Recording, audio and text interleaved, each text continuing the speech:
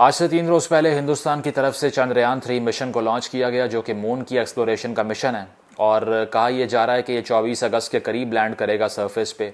Land करे successfully या ना करे, it is still a huge feet. उसकी वजह यह है कि कहा यह जा रहा है कि इफ़ इट लैंड्स तो ये दुनिया का चौथा मुल्क होगा हिंदुस्तान जो कि चांद की सतह पर लैंड करेगा। यानी कि सोवियत यूनियन, अमेरिका और चीन के बाद हिंदुस्तान चौथा बड़ा मुल्क बन जाएगा मून लैंडिंग करने वाला। और साथ साथ ये भी कि इस मिशन का डिफरेंस एक ये है कि बाकी ममालिक चांद की सरफेस पे जो लैंड करते रहे हैं वो और साइड थी, और ये फार साइड को एक्सप्लोर करना चाह रहे हैं जो कि साउथ की साइड है। ये वो साइड है जहाँ पर अक्सर तस्वीरों में आपको अंधेरा दिखाई देगा चांद पर। और वो इसलिए कि अमेरिकन और जो रशियन और जो चाइनीज़ मिशंस थे वो दूसरी साइड पर थे, लेकिन यहाँ पर साउदर्न साइड पर इंडियन साइंटिस्ट की तरफ से कुछ पानी के मॉलिक्यूल्स जो हैं वो स्पॉट किए गए, इसीलिए डाटा कलेक्शन के लिए वहाँ पर भेजा गया चंद्रयान। और एक्सपेक्ट ये किया जा रहा है कि ये लैंड करने के बाद डाटा वापस भिजवाएगा। तो बहुत से लोग इस बात को डिबेट कर रहे हैं कि क्या वजह है कि पाकिस्तान का स्पेस प्रोग्राम प्रॉस्पर नहीं कर पाया हिंदुस्तान के अगेंस्ट, अगर उसको कंपेयर करें। हालांकि आपकी इतला के लिए पाकिस्तान का स्पेस प्रोग्राम हिंदुस्तान से पहले लॉन्च हुआ था। तो आज ज़रा एनालाइज करते हैं कि क्या वजह रही कि जो सुपार्को पाकिस्तान की स्पेस एजेंसी थी वो आगे नहीं बढ़ पाई, लेकिन इसरो ISRO जो हिंदुस्तान की स्पेस एजेंसी है वो आज तरक्की की मनाजिल तय करती दिखाई दे रही है। तो पहली बात तो यह है कि पाकिस्तान का जो स्पेस प्रोग्राम था सुपार्को के नाम से, वो 1961 में बना, और उस वक्त में पाकिस्तान दुनिया का तीसरा मुल्क था जिसका अपना स्पेस प्रोग्राम था। तीसरा मुल्क after Soviet union and America. आप हिसाब लगाइए कि दुनिया भर की दो बड़ी ताकतें जो उस वक्त सर्द जंग यानी कि कोल्ड वॉर में मसरूफ़ थीं, उसके बाद तीसरा मुल्क पाकिस्तान था जो कि एनविजन कर रहा था कि हमने स्पेस टेक्नोलॉजी को डेवलप करना है और खला में अपने मिशंस भेजने हैं। इतना आगे थे हम वक्त में। और हिंदुस्तान का स्पेस प्रोग्राम अंडर इसरो 1969 में आता है, तो हिंदुस्तान से 8 साल पहले पाकिस्तान वॉज देयर। 1962 में हमने अपना पहला रॉकेट जो है वो खला में भेजा जिसका नाम रहबर 1 था। और डॉक्टर अब्दुल सलाम जो कि पाकिस्तान के फिजिसिस्ट थे और नोबेल प्राइज़ विनिंग साइंटिस्ट थे, वो डायरेक्टर थे इस प्रोग्राम के, और उनकी निगरानी के अंडर ये सारे प्रोग्राम्स को लॉन्च किया गया। और देखा जाए अगर तो उसके बाद चलकर जो जर्नी है वो 60s के बाद 70s के बाद बिल्कुल गायब होना शुरू हो गया। उसकी वजह यह है कि डॉक्टर अब्दुल सलाम के साथ जो हमने किया वो तो आपके सामने ही है कि उनकी रिलीजियस एसोसिएशन को बेस बना के और उनकी पूरी कम्युनिटी को डिसइनफ्रेंचाइज करके हमने ये फ़ैसला कर लिया कि अपनी साइंस अपने पास रखो, हमें नहीं चाहिए। तो यहाँ से रॉट का आगाज़ होता है, और वो उसकी वजह यह है कि हमने ओन नहीं किया अपनी साइंटिफिक अचीवमेंट्स करने वाले एक इंसान को जो कि एक ऐसा इदारा बन सकता था जो आज के नौजवानों को इंस्पायर करता कि वो भी साइंस की फील्ड में कुछ करें। तो आगे बढ़ के अगर 90s की बात करें तो 90s में भी बदर 1 के नाम से चाइना से हमने एक मिशन लॉन्च किया, लेकिन उसके बाद से बिल्कुल खामोशी रही और कोई भी नई इनोवेशन सुपार्को नहीं कर पाया। और उसकी वजह जो थी वो ये थी कि आहिस्ता आहिस्ता इंटरेस्ट भी ख़त्म हुआ, लैक ऑफ फंडिंग भी हो गई, और कोई प्रोग्राम जो था उसको एग्जीक्यूट वो नहीं कर पाए। और अब अगर आप लिस्ट उठा कर देखें कि सुपार्को को हेड कौन करता रहा तो आपको सिर्फ रिटायर्ड अफसरान के नाम मिलेंगे और कुछ नहीं मिलेगा। ठीक है। अगर हिंदुस्तान की इसरो की बात करें तो वो 2008 में 11 सैटेलाइट्स लॉन्च करती है। ठीक है। 2017 के अंदर हिंदुस्तान रिकॉर्ड तोड़ता है 107 नैनो सैटेलाइट्स को लॉन्च करने का एक सिंगल रॉकेट से। और अब तक जो टोटल नंबर है सैटेलाइट्स को लॉन्च करने का इसरो की तरफ से वो है 417। ठीक है। अगर हम बजट्स को कंपेयर करें तो जो सुपार्को का एनुअल बजट है इस पॉइंट पर पाकिस्तान का वो है $25 मिलियन। वैसे मुझे नहीं मालूम कि इस 25 मिलियन का ये करते क्या है, क्योंकि देखा कुछ नहीं है होते हुए। और इसरो का बजट है $1600 मिलियन, यानी कि पाकिस्तान का $25 मिलियन और हिंदुस्तान का है $1600 मिलियन। तो इतना बड़ा डिफरेंस है फंडिंग का, और इससे ही वाजे होता है कि कितना इंटरेस्ट वो ले रहे हैं स्पेस एक्सप्लोरेशन में और आप कितना इंटरेस्ट ले रहे हैं। इसके अलावा हिंदुस्तान में स्पेस सेक्टर जो है वो $9.6 बिलियन की इंडस्ट्री है इस वक्त, और 2025 तक वो इसको $15 बिलियन की इंडस्ट्री बनाना चाहते हैं। और जब इंडस्ट्री में इन्वेस्टमेंट आती है, मार्केट का साइज़ बढ़ता है, तो स्टूडेंट्स भी मज़ीद इंटरेस्ट लेते हैं, इंस्पायर होते हैं, और एक थ्राइविंग किस्म की इंडस्ट्री आपको देखने को मिलती है जिसमें रेवेन्यू भी जनरेट होता है। और सबसे बड़ा फ़र्क क्या है, आजकल के दौर में अगर आप स्पेस के अंदर सेल्फ रिलायंट हैं, अपने ऊपर इन्हिसार कर सकते हैं, तो फिर आपको किसी मुल्क की खिदमत नहीं चाहिए। आप मज़ीद सिक्योर कर सकते हैं अपने मुल्क को, क्योंकि आप जो सिक्योरिटी पर्पसेस के लिए रिकॉनेसेंस मिशंस हैं उसको एग्जीक्यूट कर सकते हैं। दूसरी चीज़ ये है कम्युनिकेशन सैटेलाइट्स, यानी कि आपको कम्युनिकेशन टेक्नोलॉजीज़ के अंदर जो कि फ्यूचर की वॉर है, बेसिकली 5G की वॉर है और चीज़ों की वॉर है, उसमें किसी पे इन्हिसार नहीं करना पड़ेगा अगर आपका अपना स्पेस प्रोग्राम थ्राइविंग है तो। वो इसीलिए कि अगर हम इसरो की भी बात करें तो अब भी जो इसरो एस्पायर करता है वो रिमोट सेंसिंग टेक्नोलॉजी में करता है और कम्युनिकेशन सैटेलाइट्स में करता है। तो अगर इन दो चीज़ों में उनको सेल्फ रिलायंस हासिल हो जाती है मुकम्मल तौर पे, तो फिर Hindustan could become a major power when it comes to security and communication purposes। और पाकिस्तान को अब भी अपनी हर सैटेलाइट कम्युनिकेशन के लिए, अपने हर जो है इस किस्म के मिशन के लिए जिसमें सैटेलाइट की सर्विसेज दरकार हैं, उसमें फॉरेन पावर्स पर रिलाई करना पड़ता है। तो इसका मतलब ये है कि आप कंप्लीटली सिक्योरिटी पर्पसेस में भी सेल्फ रिलायंट नहीं हैं। तो अगर हम एनालाइज करें कि क्या वजह है कि पाकिस्तान ने जो इंडिया, ब्राज़ील, फ्रांस, इसराइल और चाइना से भी पहले अपना स्पेस प्रोग्राम लॉन्च किया और आज it is nowhere to be seen, तो पहली चीज़ ये है कि साइंटिफिक रैशनैलिटी इस मुल्क से ख़त्म हो गई है। यहाँ पर कोई भी साइंस का फ़ायदा उठाने या उसकी अफादियत को रियलाइज़ ही नहीं करता। बच्चों को स्कूल में जो पढ़ाया जा रहा है ना वो साइंस है, ठीक है, और इसके अलावा जो मुआशरे के अंदर सुपरस्टिशियस एटीट्यूड्स की प्रेवलेंस है, जो हर चीज़ के अंदर दकियानूसी ख्यालात को आप मिक्स कर देते हैं साइंस से, उससे होता यह है कि स्टेट लेवल के ऊपर साइंस का भी मजाक उड़ता है, ठीक है, टेक्नोलॉजी की एडवांसमेंट की कोई बात नहीं करता, मॉडर्नाइज नहीं करता सिस्टम को, और ये सिर्फ़ और सिर्फ इसलिए कि रैशनैलिटी और मंतक की रिस्पेक्ट नहीं है।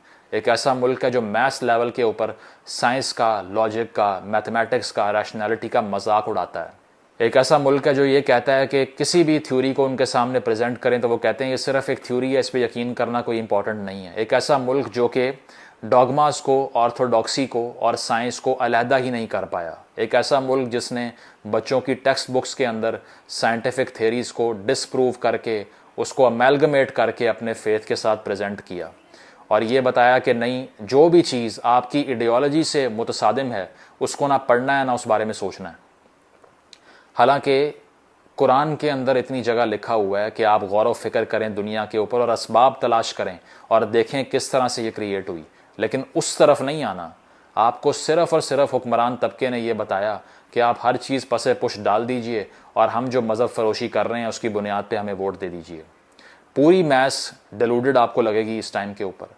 रैशनैलिटी और साइंस का कहीं कल्चर नहीं मिलेगा, क्योंकि इंडस्ट्री तो ग्रो नहीं कर रही, अपॉर्चुनिटीज़ तो है नहीं, इंजीनियर्स तो जॉबलेस होकर सड़कों पे रुल रहे हैं, वो तो रेडी लगा रहे हैं या कोई छोटा कारोबार करके गुजर बसर कर रहे हैं या CSS कर रहे हैं।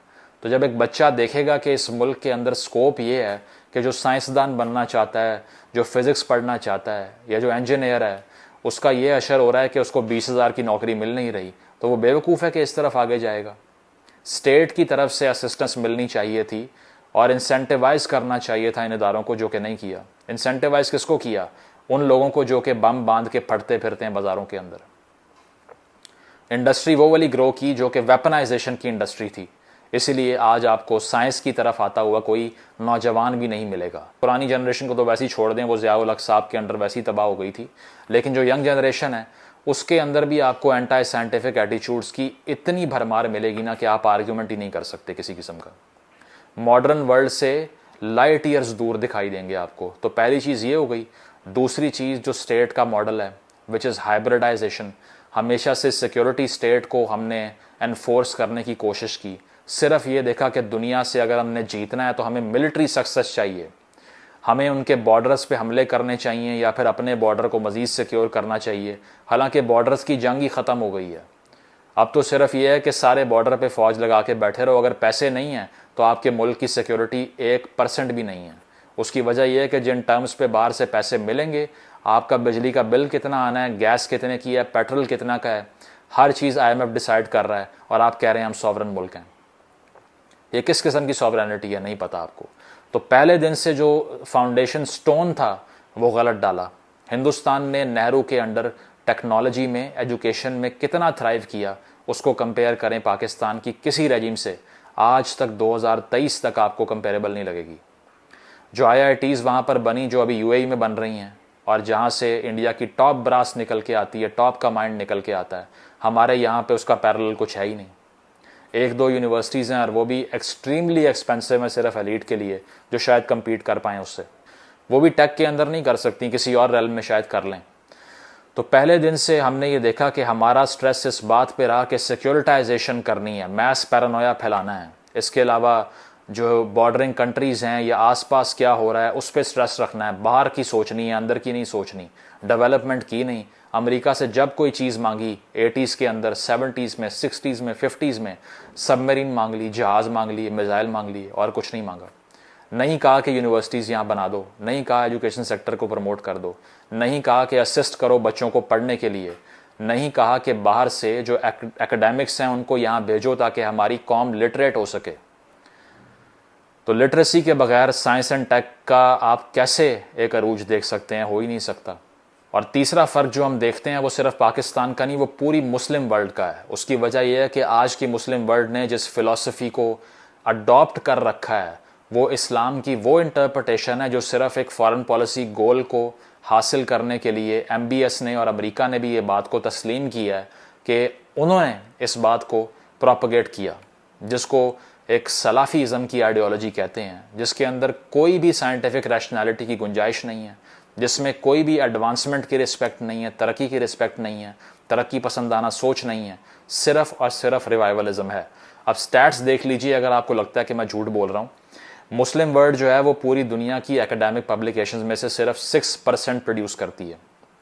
यानी कि दुनिया भर में जितने भी एकेडमिक आर्टिकल्स लिखे जाते हैं, पब्लिश किए जाते हैं, उसमें 1.5 से 2 अरब मुसलमानों का सिर्फ 6% हिस्सा है, 6%। ठीक है। इसके अलावा अगर हम ग्लोबल रिसर्च एक्सपेंडिचर की बात करें, जो कि तहकीक में और रिसर्च के मैदान में पैसे लगाए जाते हैं रियासतों की तरफ से ताकि नया नॉलेज इमर्ज करके सामने आए, वो कितना है मुस्लिम वर्ल्ड में? 2.4%।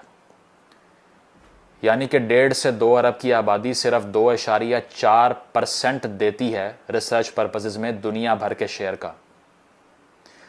इसके अलावा 46 मुस्लिम कंट्रीज़ जो हैं, 46 मुस्लिम ममालिक दुनिया के, वो सिर्फ 1% साइंटिफिक लिटरेचर प्रोड्यूस करते हैं। दुनिया भर में साइंस पे लिखे जाने वाले थीसिस, आर्टिकल्स, पब्लिकेशंस का सिर्फ 1% 46 ममालिक बनाते हैं मिलके, 1.5 से 2 अरब मुसलमान। और पूरी मुस्लिम वर्ल्ड के अंदर आपको साइंस के अंदर सिर्फ 2 से 3 नोबेल प्राइज़ मिलेंगे। उनकी एक शिकागो यूनिवर्सिटी उठा लें, वहाँ पे आपको 50 से 60 मिल जाएंगे। और जब भी आप इस डाटा को कोट करें, जब भी आप ये बात करें कि ऐसा क्यों हुआ, इसकी वजह क्या है, तो आप पे फतवा लगता है कि आप मगरिबियत की बात कर रहे हैं, आप वेस्टर्नाइजेशन फैलाना चाह रहे हैं, आप वेस्ट की अकल्ट आइडियोलॉजीज़ को यहाँ इन्फोर्स करना चाह रहे हैं। तो अगर तो आपके लिए एडवांसमेंट और आगे बढ़ना वेस्ट की आइडियोलॉजी है, तो फिर खुदा का वास्ता इसी को गले लगा लें, कबूल कर लें इसको, क्योंकि इसी में तरक्की है, इसी में आपके बच्चों का मुस्तकबिल है। ये 300, 400 पाकिस्तानी जो कि उन्हीं वेस्ट के साहिलों पे जाके प्यास से जहाज़ों के अंदर डूब के मर रहे हैं, उनकी मौत आपको ये बताती है कि ये मुआशरा रहने के काबिल नहीं है, वो मुआशरा रहने के काबिल है। अगर वो मुआशरा रहने के काबिल ना होता तो यहाँ से लोग वहाँ ना जाते, वहाँ से यहाँ आ रहे होते। सबसे बड़ी स्टेटमेंट आपकी माइग्रेशन होती है, और आप हमेशा बदतर से अच्छी जगह पे माइग्रेट करने को तरजीह देते हैं। तो हमने 70-80 साल से एक ऐसी रियासत बना कर रखी हुई है जहाँ पर तरक्की पसंदाना सोच का नामो निशान नहीं है, जहाँ पर लॉजिक की, रीज़न की, रैशनैलिटी की, साइंस की बात करने वाले पे फतवे लगाए जाते हैं। हालांकि एक दौर वो था कि मुस्लिम वर्ल्ड जो थी वो यूरोप से हज़ारों साल आगे थी। रेनेसांस से पहले का यूरोप जो गले काट रहा था एक दूसरे के, उस टाइम मुस्लिम वर्ल्ड के अंदर अल्केमी और केमिस्ट्री, इसके अलावा फ़िज़िक्स और फ़िलासफ़ी प्रैक्टिस की जा रही थी। वहाँ पे अल-बैरूनी जैसे लोग और एवसीना जैसे लोग थे जो कि एनवी ऑफ द वेस्ट थे उस टाइम के ऊपर, जो ऑप्टिक्स पे रिसर्च कर रहे थे, जो जियोफिज़िक्स पे रिसर्च कर रहे थे। इसके अलावा जो आपको प्लानिटरी जो पोजीशंस थी और सोलर सिस्टम की जो पोजीशंस थी उन पे रिसर्च करने में मसरूफ़ थे। जो ग्रीक फ़िलासफ़ी को इंटरप्रेट कर रहे थे अरबिक के अंदर, जो इस्लाम का अपना फ़लसफ़ा तश्कील दे रहे थे, जो मुताज़िलाइट्स की फ़िलासफ़ी जिसमें रैशनैलिटी भी शामिल थी मज़हब की सोच के अंदर, जिसमें कहा यह जा रहा था कि आप अपने दिमाग से भी, रीज़न से भी सीख सकते हैं रिवील्ड नॉलेज के अलावा, उसको बैन कर दिया 18-20 साल के बाद, अब्बासिड कैलिफेट के बाद से। तो नज़र यही आता है कि जब भी आप ये बातें करें तो आप पे ये इल्ज़ाम लगते हैं कि आपको तो तारीख़ का ही नहीं पता, आप तो मस्क कर रहे हैं तारीख़ को, और आप जो हैं वो नौजवानों को गुमराह कर रहे हैं। तो ये वही गुमराही है जो सुकरात ने फैलाने की कोशिश की थी, जिसको चार्ज किया था, जहर पिलाया गया इसलिए कि उसे कहा गया था कि आप एथेंस की जो यूथ है, जो नौजवान तबका है, उसको करप्ट कर रहे हैं, गुमराह कर रहे हैं उसको, क्योंकि वो रीज़न की बात कर रहा था। और आज भी आप खुद रीज़न की बात करके देख लें और उसके बाद देखें कि घर से शुरू होगा आपके ख़िलाफ़ तनकीद का सिलसिला, और माशरे तक, मोहल्ले तक, स्कूल तक, क्लासों से बाहर निकाला जाएगा और मारा जाएगा आपको। तो बात यह है कि अगर आज की दुनिया में आपने थ्राइव करना है, प्रॉस्पर करना है और स्ट्राइव करना है, तो सिर्फ एक कुंजी है उसकी, और वो है रीज़न। आपकी तमाम आइडियोलॉजीज़ को मटीरियलाइज करने के लिए रीज़न चाहिए। पूरी मुस्लिम वर्ल्ड में इस वक्त एक मुल्क है टर्की, जो थोड़ा सा कम्पीट करता है मॉडर्न वर्ल्ड के साथ, और वो भी इसीलिए कि मुस्तफ़ा कमाल अतातुर्क ने आके रिफॉर्म किया वहाँ पे, और उसने कहा कि आपके अगर अपनी आइडियोलॉजीज़ रिग्रेसिव हैं तो उसको मुआशरे में एक सोशल ऑर्डर मत बनाइए। और जिस तुर्की की बुनियाद उसने रखी, आज उस बुनियाद की बदौलत है कि अब तक वो शायद कुछ ना कुछ इंसानों के रहने के काबिल एक मुआशरा है, जहाँ रहकर आप शख्सी आज़ादी को प्रैक्टिस कर सकते हैं।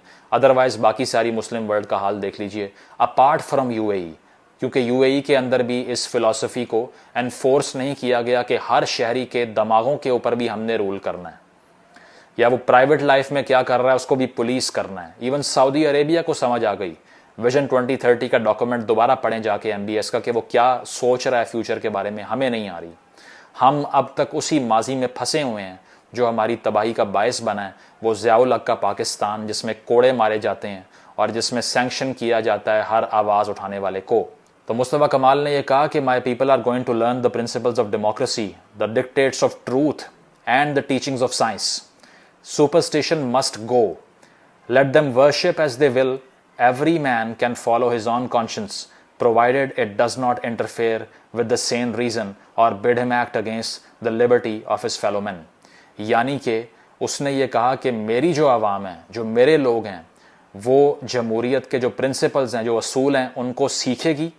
इसके अलावा सच के जो असूल हैं उसको सीखेगी, और साइंस की टीचिंग्स को सीखेगी।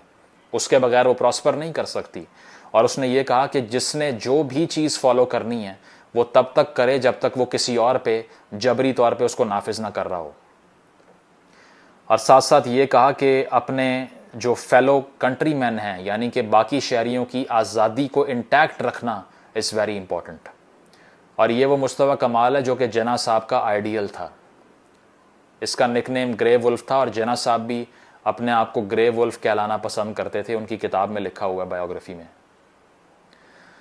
तो इसीलिए जो इस मुल्क की बुनियाद डली, उसके बाद से जो रास्ता इसने इख्तियार किया है, आज इस रियासत के अंदर किसी भी जदीदियत और जदीद सोच की कोई जगह नहीं है। और ये तभी बन सकती है जब इस मुल्क को साइंस की, टेक्नोलॉजी की, रैशनैलिटी की इम्पोर्टेंस आश्कार होगी। अगर आप उन सियासतदानों के पीछे लग के अपनी जानें देते रहेंगे जो सिर्फ़ और सिर्फ आपको माजी में ले जाना चाहते हैं, और जो आपको गैरत के और फहाशी के लेक्चर दे रहे हैं, और जो कह रहे हैं कि ख़वातीन का रेप कपड़ों की वजह से हो रहा है, ऐसे लोगों से जान छुड़ानी पड़ेगी, फॉरवर्ड लुकिंग आइडियोलॉजी तश्कील देनी पड़ेगी, और साइंस को और रीज़न को रिस्पेक्ट करना पड़ेगा अगर जदीद दुनिया के साथ चलना है तो, और बच्चों के मुस्तकबिल को महफूज करना है तो। अदरवाइज़ जो हालात अब हैं कि पाकिस्तान से भागने के लिए लोगों को जाने देनी पड़ रही हैं, फिर भी वो जाने देने को तैयार हैं, ये फिल्म रिपीट होती रहेगी। Thank you.